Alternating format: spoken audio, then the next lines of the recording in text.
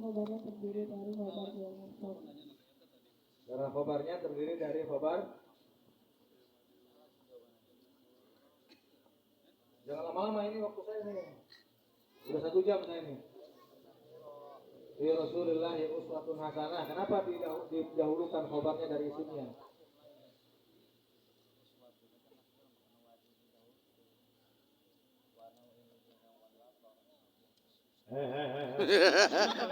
Aduh, nyontoh ya Pak ya.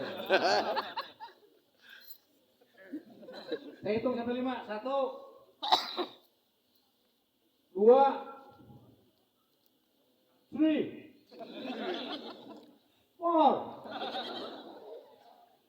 5. Kalah. Maaf ya jauh. Ya anak musilah. Di Arab ya kira. Udah, gua agak. Terlalu lambat kan kamunya. Aku kan pengen cepat. Harusnya kamu lebih cepat. Oke, yang perempuan yang lain.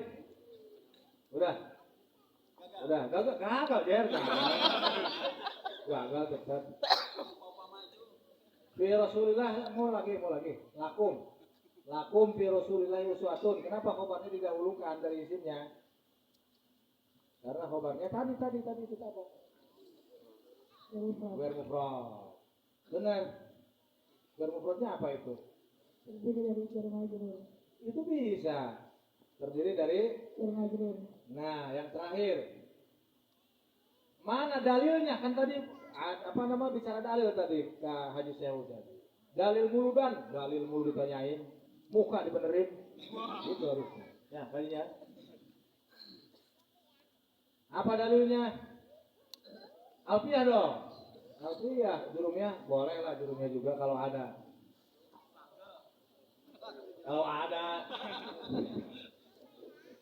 Apa coba? Alfiyahnya terakhir ini, puncak nih terakhir. Kalau bisa, kaedahnya dari Alfiyah 50 rebai. Tunai. Hah? Masa ngobarin?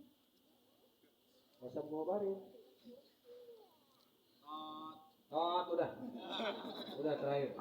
Coba yang laki-laki, mana yang laki-laki? Mana nu jago nahu? Coba ke dia, nu jago nahu. Boleh situ aja dulu. Mana laki-laki? Sep, berarti Sep. Ya.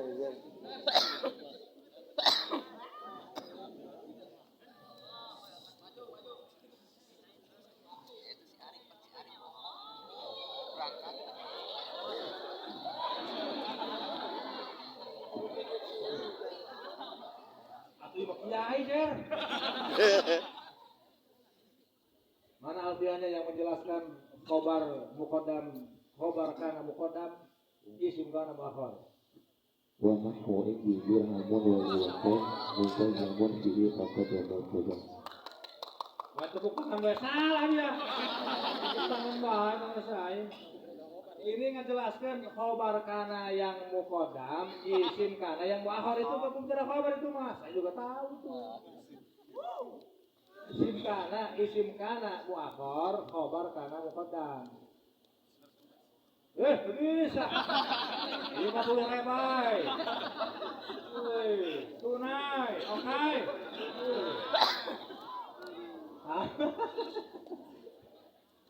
Ayo. Siapa lagi yang bisa? Kamu berhenti di situ sambil mikir-mikir. Wah, kalau wana wa ini dirhamun wali wator itu kan mubtada khobar. Ini khobar kana muqaddam, isim kana muakhar. Ya, tidak ada yang bisa jawab ini. Mana ke sini? Pulang adalah nyontoi mah. Siapa yang tahu?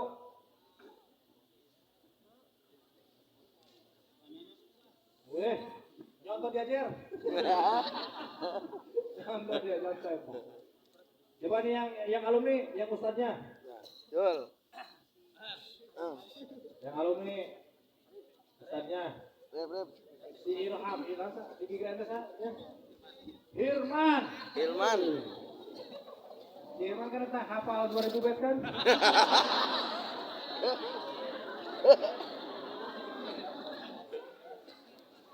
Alfiah Ibnu Muti apal bae nama. Lain Alfiah Ibnu Malik ini Ibnu Muti dihafalkeun si Hirman. Saya hitung sampai 10 kalau nggak ada yang maju, saya terusin ceramahnya nih. Ini baru mulai kok diem aja nih. Saya hitung sampai 5, 1, 2, 3. Ayo. Mana sih bakal maju? Ayo maju.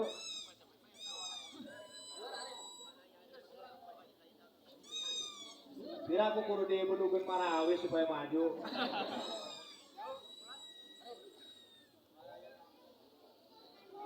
Nah, iya, tepuk tangan.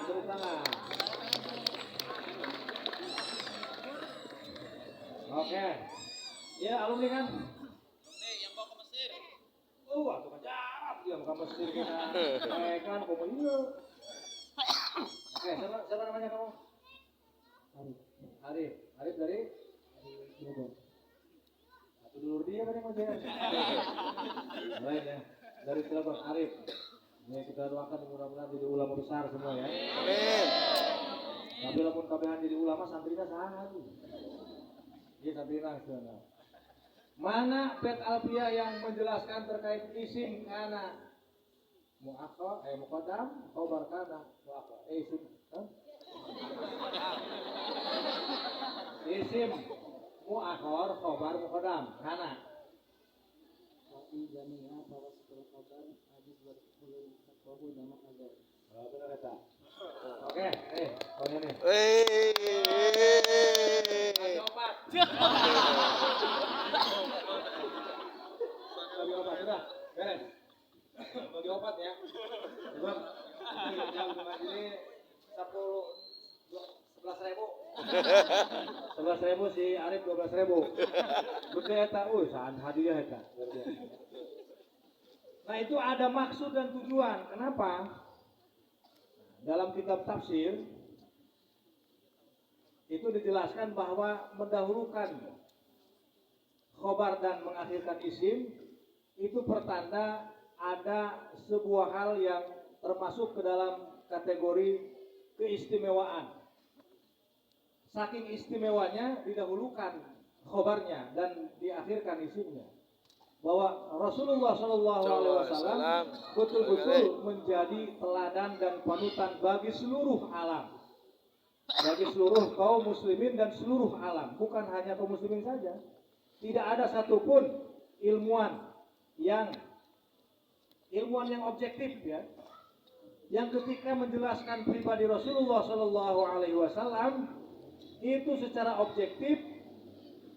Seorang orientalis juga meletakkan nama Nabi Muhammad SAW termasuk orang yang berpengaruh di alam jagat ini. Artinya bahwa Rasulullah SAW diakui oleh seluruh alam, bahkan dinyatakan secara dalam Al-Quran, laqad kana lakum fi Rasulillahi uswatun hasanah. Dan beliau terkenal beserta 5 nabi itu sebagai nabi yang dijuluki oleh Allah secara tegas dalam Al-Quran sebagai nabi ulul azmi. Artinya apa? Nabi yang diberikan keistimewaan dengan kesabaran yang begitu luar biasa. Betul-betul sabar di atas rata-rata. Nabi Nuh, Nabi Ibrahim, Nabi Musa, Nabi Isa, dan Nabi Muhammad itu adalah nabi yang kemudian menjadi luar biasa karena kesabarannya. Oleh karenanya, begitu sabarnya beliau dalam membina umat saat itu, banyak sekali hinaan, cacian, cobaan, dan begitu luar biasa. Tak pernah sedikit pun Rasulullah SAW mengeluh barang sedikit pun. Ini kita tentunya di zaman yang era serba instan, serba ingin cepat.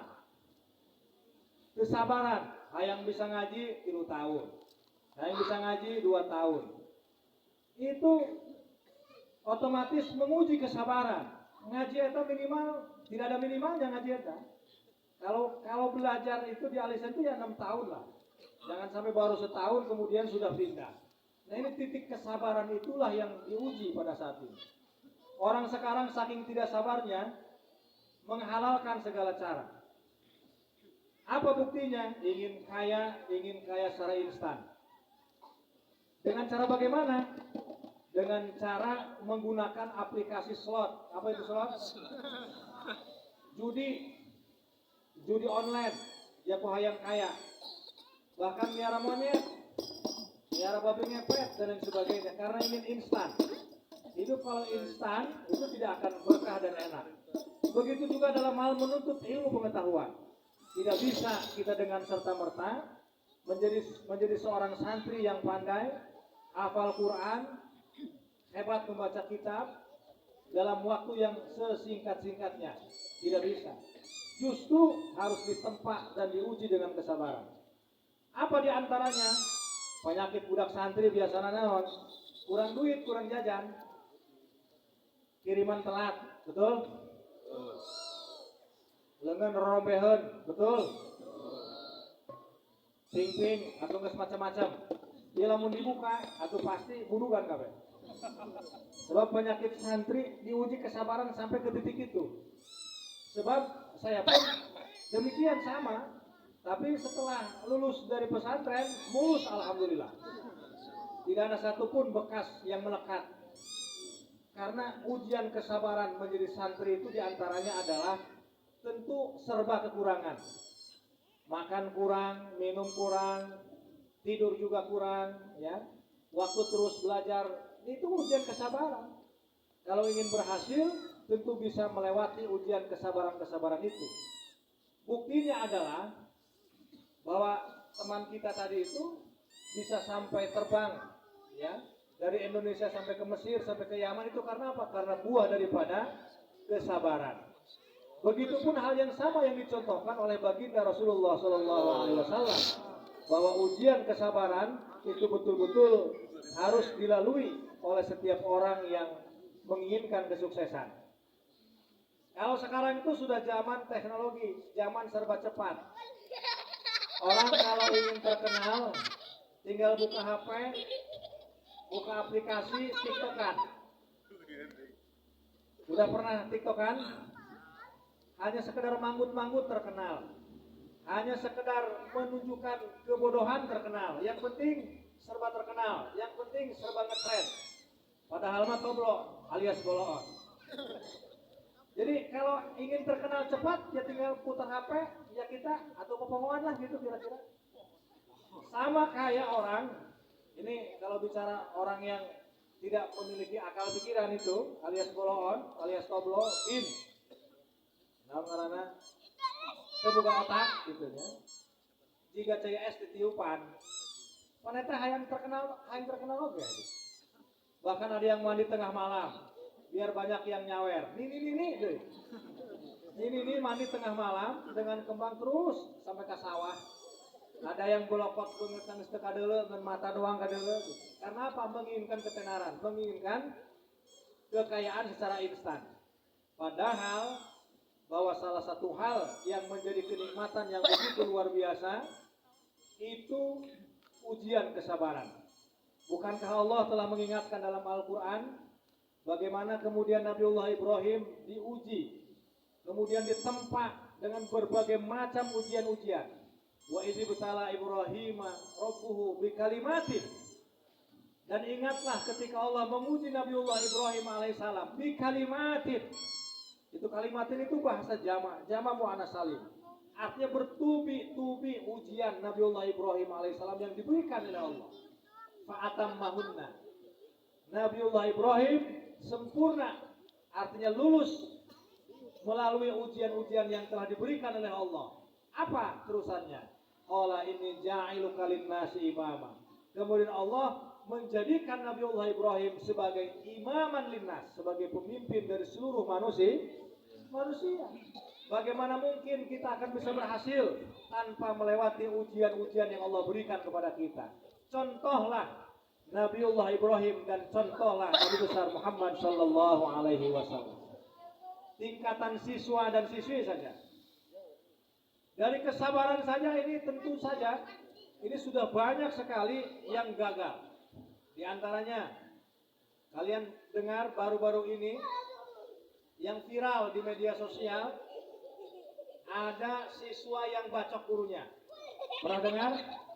Baru kemarin di sebuah sekolah di Jawa Tengah apa Jawa Timur itu? Jawa Timur ya? Hah? Di Demak ke Jawa Tengah? Jawa Tengah. Itu madrasah kan Jen ya? Madrasah aliyah bayangkan Jen. Miris luar biasa. Maka momentum Maulid Nabi ini terapkan dalam kehidupan sehari-hari dengan apa? Dengan cara menerapkan akhlakul karimah, akhlak yang baik dalam kehidupan sehari-hari, terutama sebagai santri akhlak terhadap gurunya, baik guru ngaji maupun guru sekolah. Jangan sampai kejadian ada siswa madrasah yang mukul gurunya, itu miris, naudzubillahi min dzalik. Karena apa? Karena doa daripada guru itu bagian daripada keberkahan dari ilmu kita.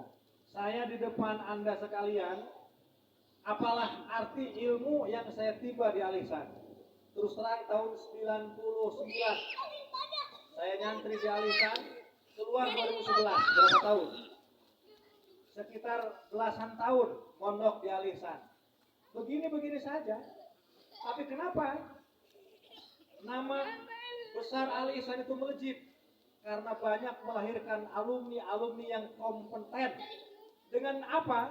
Dengan kemampuan masing-masing. Sama seperti kalian yang sedang duduk sekarang ini. Ada yang jadi kiai, ada yang jadi pejabat, ada yang jadi ustadz, jadi RT ayah, jadi RW ayah, jadi lurah ayah.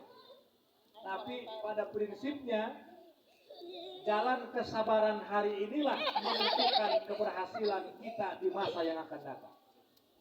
Tidak akan mungkin keberhasilan itu akan kita raih tanpa melalui ujian, hambatan, cobaan yang bertubi-tubi dalam kehidupan kita sehari-hari.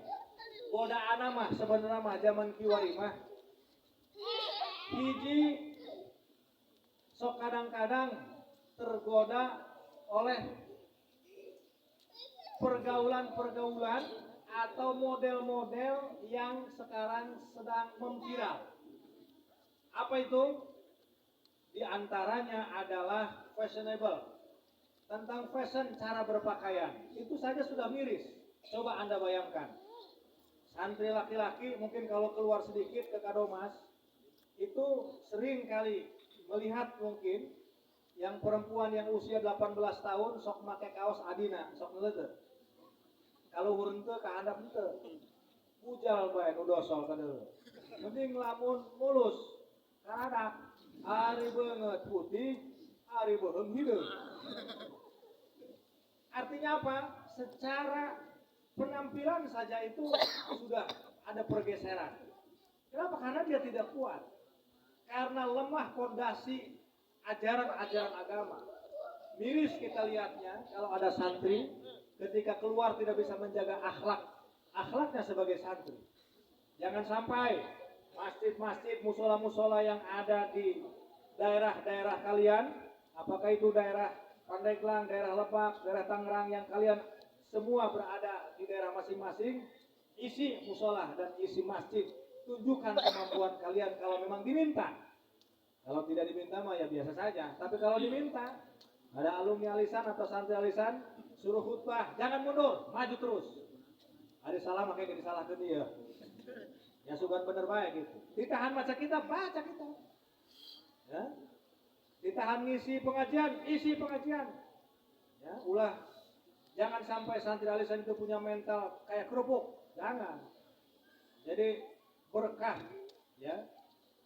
Seorang Ahmad Furqan tahadusan binimah saja ini bisa bicara di hadapan berjuta-juta seperti ini, ya.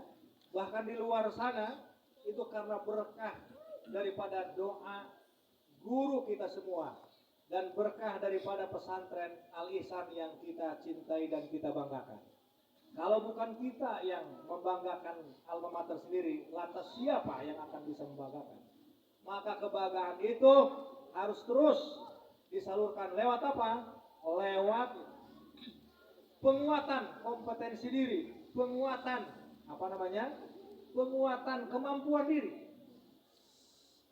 Jadi jangan sampai ngaji genep tahun kecuali ngajina karek setahun.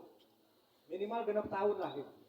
Jangan sampai kita sebagai alumni itu tidak bisa memberikan kontribusi yang terbaik di masyarakat. Hadirin wal hadirat rahimakumullah.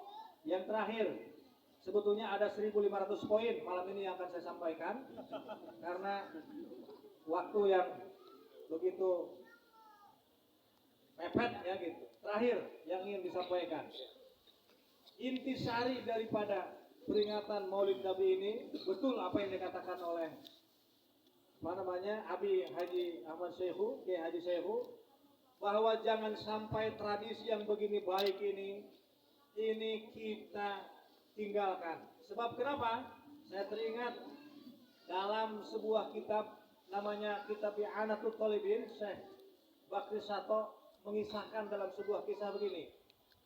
Ada seorang pemuda itu pola tingkahnya jelek di mata masyarakat. Pokoknya eta jelema aun degel kecuali si eta. Jelema pang degel-degel na eta si eta di lemburna.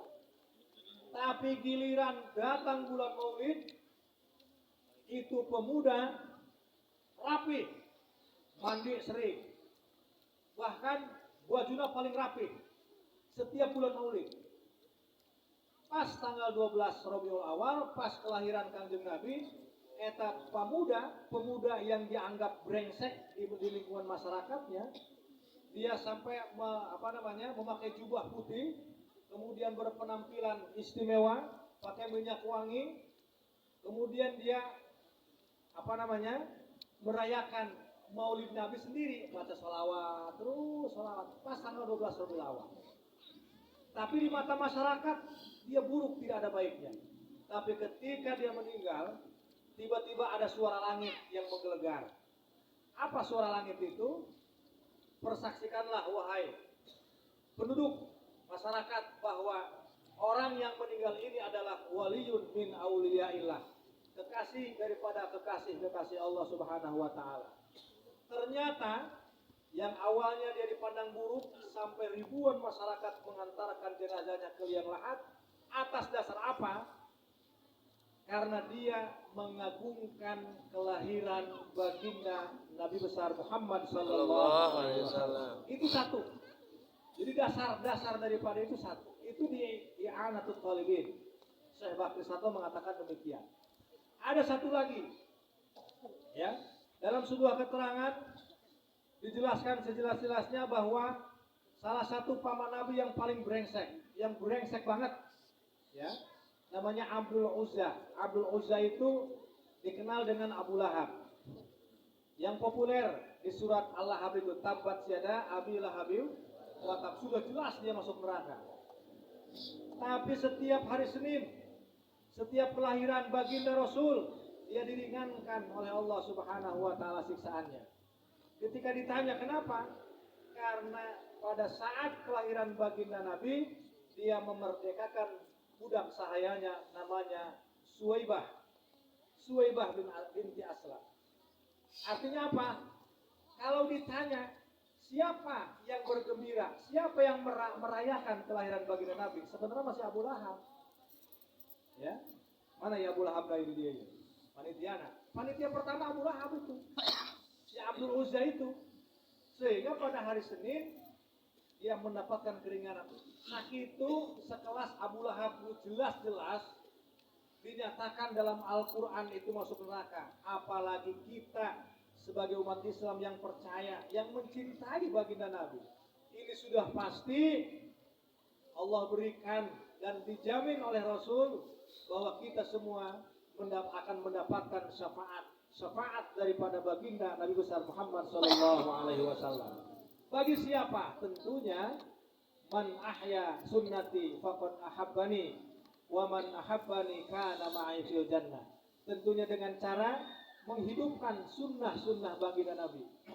Menjalankan sunnah-sunnah Nabi itu ciri tanda bahwa kita cinta kepada Nabi. Jangan hanya bilang cinta tapi tidak ada bukti yang nyata. Tidak bisa dikatakan cinta kalau kita tidak bisa membuktikan dengan nyata. Man ahabbani kana ma'i fil jannah. Siapa yang mencintaiku kata Nabi, maka pasti akan bersama-samaku nanti kelak di surga. Dan mudah-mudahan kita semua yang hadir di sini ini bersama-sama masuk ke surga beserta rombongan Kanjeng Nabi besar Muhammad sallallahu alaihi wasallam. Jadi itu terakhir ya yang bisa disampaikan, dan tentunya sebelum diakhiri saya tutup dengan pantun kesepian tanpa kekasih. Cukup sekian dan terima kasih. Wallahul muwaffiq ila aqwamit thoriq. Wassalamualaikum warahmatullahi wabarakatuh.